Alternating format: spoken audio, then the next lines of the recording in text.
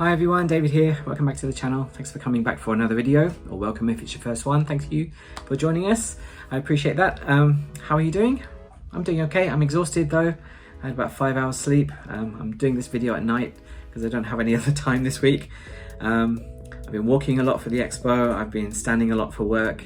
I'm just really worn out. So if I look a bit pallid and translucent, then that's why. But I've got stuff to talk about. We've got the expo. This is kind of my finale video, I guess. I took a long break. As you might recall, I've been to every pavilion now, so please check out my expo diaries to see all of those. I did a ranking a few weeks ago where I ranked all 100 pavilions that I could rank, and you can see what my favorites were. Then I took 2 months off really. I went back to England, I came back and got the flu. I was going on one of these Kansai Pavilion mini tours, so I'm going to get through those step by step. Well, maybe this isn't my last expo video then, but that's expo-adjacent, let's say. Yeah, and finally I got 3 more visits at the end of October, the end of September and middle of October, including the final day, which was yesterday. Yesterday was October the 13th. That was the final day of the expo. So I was there, so you can see what I did for the last 3 visits. I'm keeping it short this time. I had a lot, you've seen everything else before, so just a quick brief update of what I did, including some of the festivities of the finale. And after that, I'm going to talk about the expo as a whole. Was it worth it? What were the good points? What are the bad points? And yeah, what's next, I guess. So please like this video. I really appreciate that if you could. Subscribe to the channel. Leave a comment or a question. What did you think about the expo? And share this channel to anybody who's interested in Japan or British accents or Myaku merchandise or whatever. Please just share it, get the word out there. Really feel like I'm never going to get monetized on this channel, which is fine. I mean, I did this to help people, but help me please as well. Okay, I'm going to hand over to myself. Enough waffle, and I'll see you on the other side. Okay, see you soon. Okay, welcome back to Yumeshima Station for the 17th time, I think. Chaos I'd never witnessed so far. Absolute madness. People were absolutely filling up the expo to capacity. So this was pretty much the picture for the last month. I thought I'll show you a few of the things I didn't manage to see. So the Monster Hunter Bridge, the XD Hall behind healthcare. I didn't get a chance to get into this one, but the VR was going to make me sick, I think, so I left that one alone. That's part of the healthcare pavilion, so I counted that as a check. The Sunset Beer Terrace with a beautiful sunset. It's not there all the time, I promise. You get to see Akashi Bridge and the Awajishima over there. And it's twilight, so Myaku is sparkling. Does that mean Myaku is a vampire? I'm not sure. Otherwise, just enjoying the night view on the way back from the West Gate. I do like how the pavilions all light up at night. I did a whole walking video about the night view, so please check that out. The Belgian Pavilion, I couldn't get to see this beautiful decoration last time, so there it is.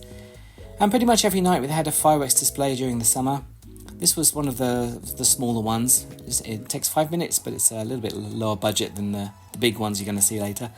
But still, everybody goes up to the Grand Ring to enjoy it. So many that they had to shut down the escalators for going up. Interesting decorations outside the EU. Maybe this is the head of the EU. I don't really know what the connection was there. How's your head? Okay, this is the 18th visit, and there was a large group in the Inochi Square, or Inochi Circle, which apparently was the Emperor visiting, who went to the Future of Life Pavilion. I spent ages waiting for him, and you can see that blue jacket right in the background. That is the Emperor and his wife. She's wearing the blue jacket. But everyone stretched and got tall as soon as he arrived, so I couldn't see anything. I was really disappointed. I did manage to get into the UK Pavilion again, thanks to my friend Sho, who worked there. Get to see some of the stunning AI arts of the UK. I was a bit harsh on this pavilion in my ranking. I put it right in the middle at number 50. I thought it didn't really show you many ideas of the future, considering they're constantly talking about ideas, but they did really show a bit of technology for the future, so maybe I was a bit harsh. But yeah, lots of Union Jacks aplenty. So there we go, UFOs even. Do we have space shuttles? I don't think so. So there we go, come build the future. I'll stay here if I can. But yeah, nice job. I went to the Johnny Walker bar at the top, or at least I had a little look inside because it looked interesting. but the prices kind of scared me off a bit. I didn't actually end up buying anything, but it looks like a fancy place to stay. And there was an Aston Martin outside for some reason, but they come from my hometown, or they used to, so I thought Aston Martin represent the Vanquish. I think that's the one they used in Die Another Day, the James Bond movie. Anyway, I couldn't get any fish and chips, so I went to the Polish pavilion and got the apple crumble with the ice cream, which was very nice.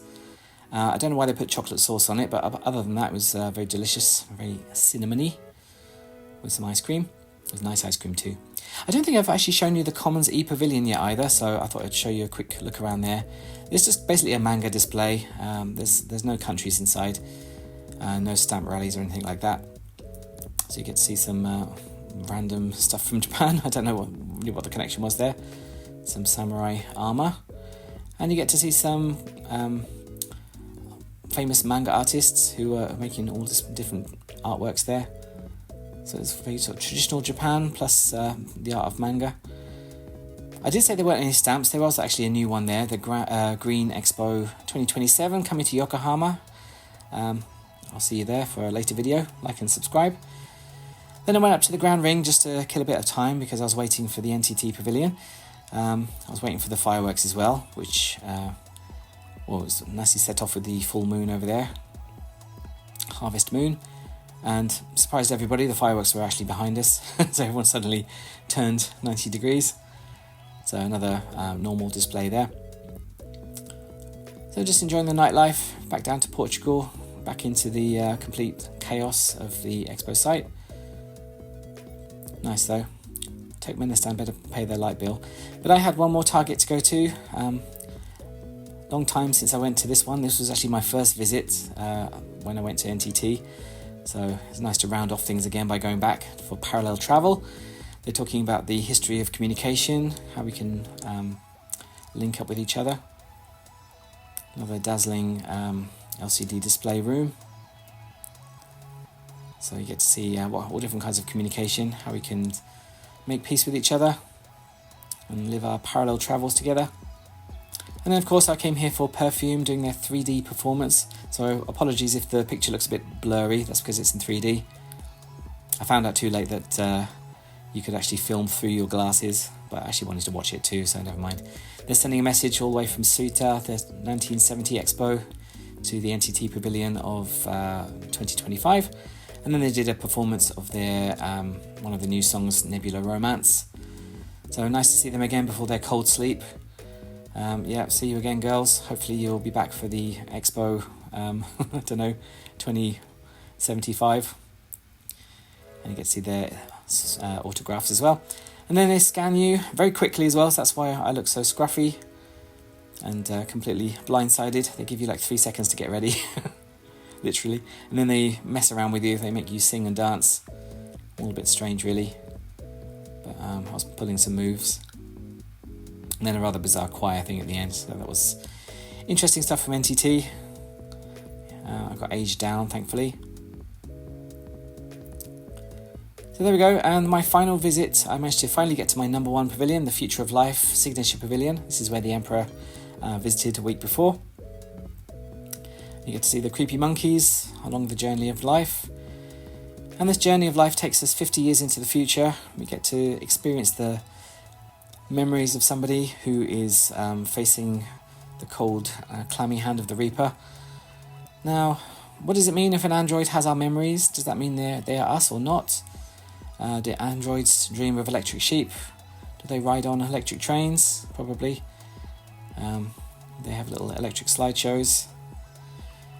I'm basically talking through the health options. You can either die a natural death or you can move on to become an android. Do some... don't break your ankle though, watch out. You know, nice fluffy dogs, I don't think that's an android. But yeah, this is the big choice. This is the future of life. What do you want to do? Grandma, in a touching ending, decided she wanted to push up daisies. Sorry, I'm joking now, but I did find this quite moving, and it got me going again. Very emotional. But after that, we got some dancing androids just to break the tension a bit. They've thrown some shapes. Enjoying some video calls on their virtual travels. And of course the virtual Matsuko Deluxe chat show host. So they're having a bit of fun with some entertainers. This is the one that got all the headlines. And then the bizarre kind of boss stage thing at the end, I don't know what these are, kind of choir of demons. They were kind of, when you're standing right close to them as well, their eyes look at you. It was very unsettling, but absolutely mesmerising. It was one of the most impactful moments of the expo for me. So there we go. We can design our own future and live the life we want. The mascots were out in full force. There was a kind of puffin from Ireland. I didn't realise that Ireland had puffins. He's probably puffing inside that costume. It was 30 degrees. And the Tsuki Gesho milk manju guy, he was out there too. He gave me a high five. Thank you. And then we got the flag parades on closing day. I don't know who that was. Probably someone important. He was at the front. We had Myaku as well, who did an amazing dance with the one of the Japanese dance troupes.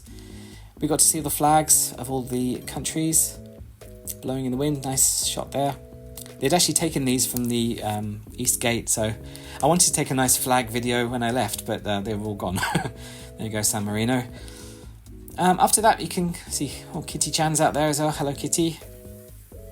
And then all of the producers of the signature pavilions. I don't know them by name, but there they all were. There is Ishiguro-san from the Future of Life. That's that guy who looks a bit like Japanese Ronnie Wood. And then I think right at the back was Mr. Ochiai, who makes Nuru Nuru. He's just going off to the right. And then some brass bands as well, performing their hearts out from one of the Osaka Kansai universities.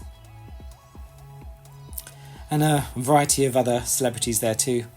I couldn't pick them out, but yeah, apparently they were all famous. So please check those out at your leisure. People on stilts. And a place I didn't manage to get to was the sauna. I couldn't get a reservation for that. I can't show you anything inside anyway because it's a sauna, but there it was. That was right in the corner of the west area. And one more sunset, last sunset of Expo. And decided to walk back to the main area. I was taking lots of photos today, so not much footage. And finally I got to see the very nice, gorgeous, full firework display. I probably could have chosen a better spot without the trees, but it was very impressive nonetheless. I do like some fireworks. Ooh, got some more. There we go, putting out all the stops, impressing everybody with their oohs and ahs. Yeah, lovely. I like a fireworks display, especially in the summer. That's the Japanese way. And the drone show, finally, it had a bit of a remix as well. We had some burning drones, which I'd never seen before, which was kind of interesting. They had some little flares dripping from them. I really wish I'd found a better space for this too. The other side of the ring would have been much better. Never mind. It looks huge as well when you're actually watching it, but I think it's a perspective thing. And I missed the Myaku. He was hidden behind the electric pavilion. Luckily, my friend Yusuke provided me with a lovely full-scale video of this. He had a wonderful view. It's absolutely colossal, Myaku, and I think everyone felt a little bit sad when we saw happy and sad. It's a kind of bittersweet end to the end of the Expo. But thank you very much, Expo. You gave us a lot of fun. And a few flares to set things off to. Very exciting. I love a drone show. I'm going to track down some more drone shows after this. So thank you for watching. I'm going to hand over to myself, and I'll see you on the other side. Thank you.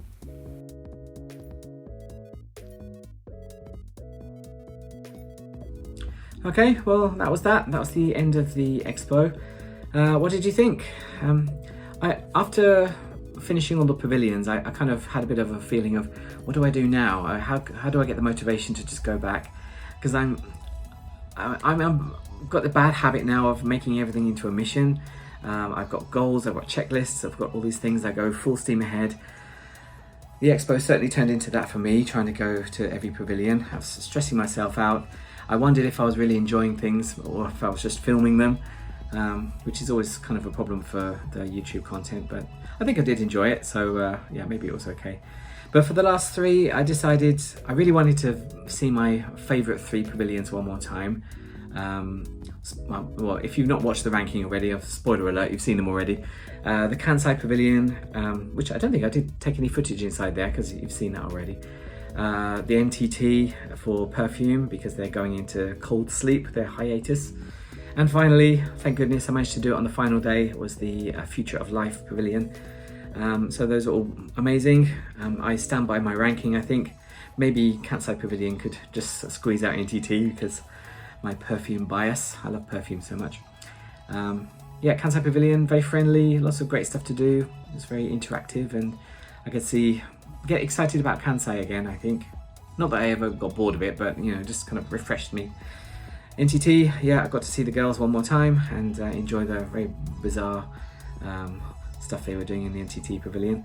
And of course, the Future of Life, emotional, interesting, thought-provoking, amazing, definitely my number one. So I kind of, don't know, confirmed it to myself. That was it. I was really worried I wasn't going to get into any of them, but I was sitting there trying to refresh the reservation pages. But I managed to do it. What else? The finale day.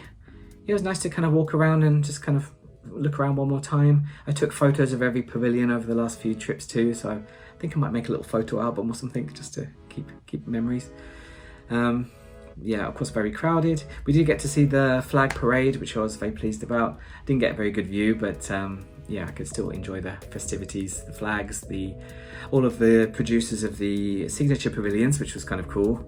Kind of like seeing all the Pokemon gym leaders all together at once. It was like all stars.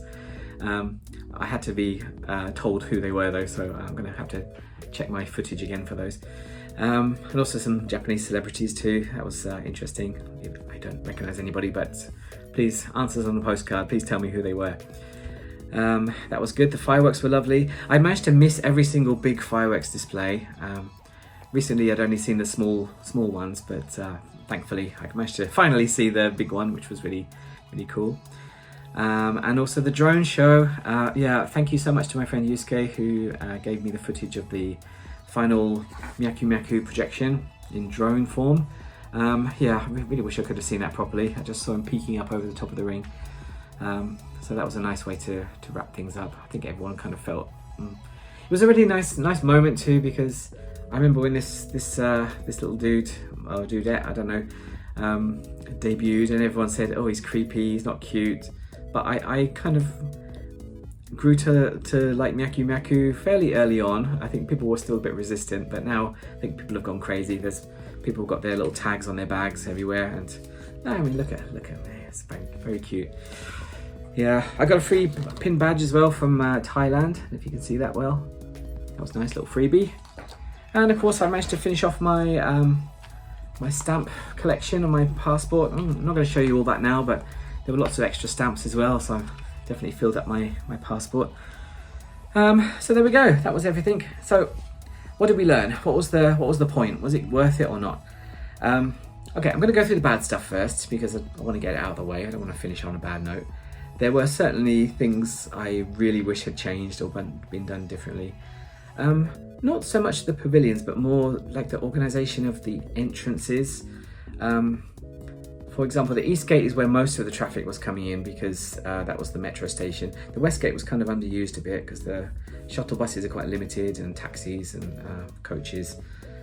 So it felt a little bit imbalanced. They did try to change that by opening up the footpath, but then that was so restricted as well. I don't really understand why. Why can't you use it until 8:30? They were trying to encourage it with one hand and then trying to sort of push people back with the other, which is just crazy. And just the East Gate, that's really a bad first impression, I thought, because you'd have to wait outside there for a long time. We know Japan's a very hot country in the summer these days. It's very humid. There was no shelter at all for most of the time. They did put up a few tents by the end, but it's really too little too late. There really wasn't much cover there.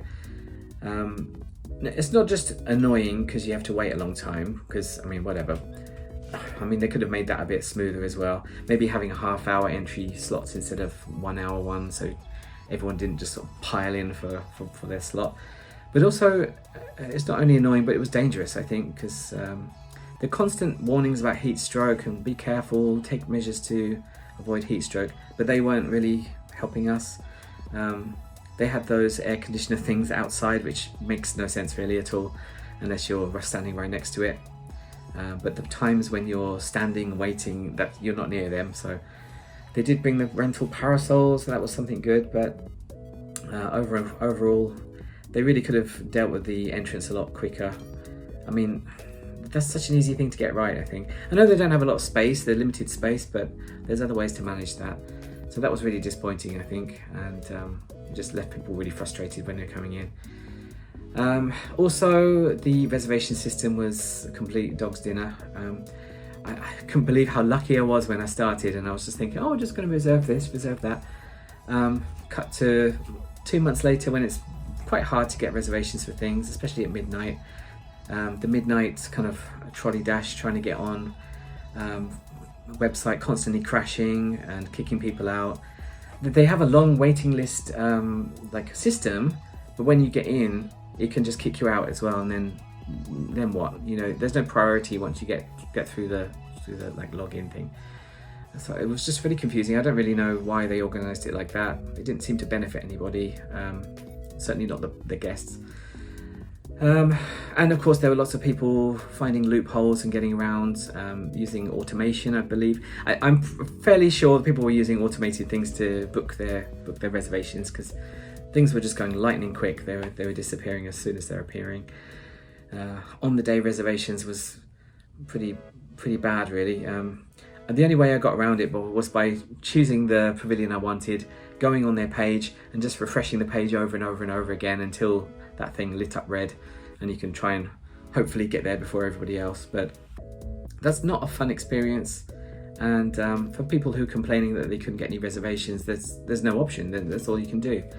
So that really was never kind of counted at all, so that was really disappointing. I mean, even having the on the day pavilions reservations, having a waiting list for those, so like, okay, you're number 56 on the list for this pavilion, just hold on. That would be something. We're not sitting there like tapping our phones, because I don't know, it felt like it went against the SDGs image of the expo. We basically need to bring your phones, need to bring mobile batteries, we need to use our power all the time. I don't know, that was disappointing, and because you need the phone for most of the paying as well, because everything was cashless, which benefited them, I guess, but not us, because if your phone battery dies, then your ticket's gone. You can't find your ticket. I don't know, it just didn't really tie up together. And like the water fountains too, that was a good idea, but there weren't enough of them, and the water was really kind of lukewarm. And also the bacteria infection in the bacterial infection in the water supply was pretty bad too. They had to cut the water show for a few weeks. So yeah, there's lots of things that could have been avoided, I think. Yeah, but that's the worst things out of the way, and those are quite fundamental, which was a bit of a shame. To be honest, I didn't get any reservations from the lotteries ever since June. Basically, I don't know who was getting all of these lotteries. It was a very kind of opaque system. Yeah, anyway. But there we go, that's enough. What about the good things? Well, I mean, it's the Expo. I love international events.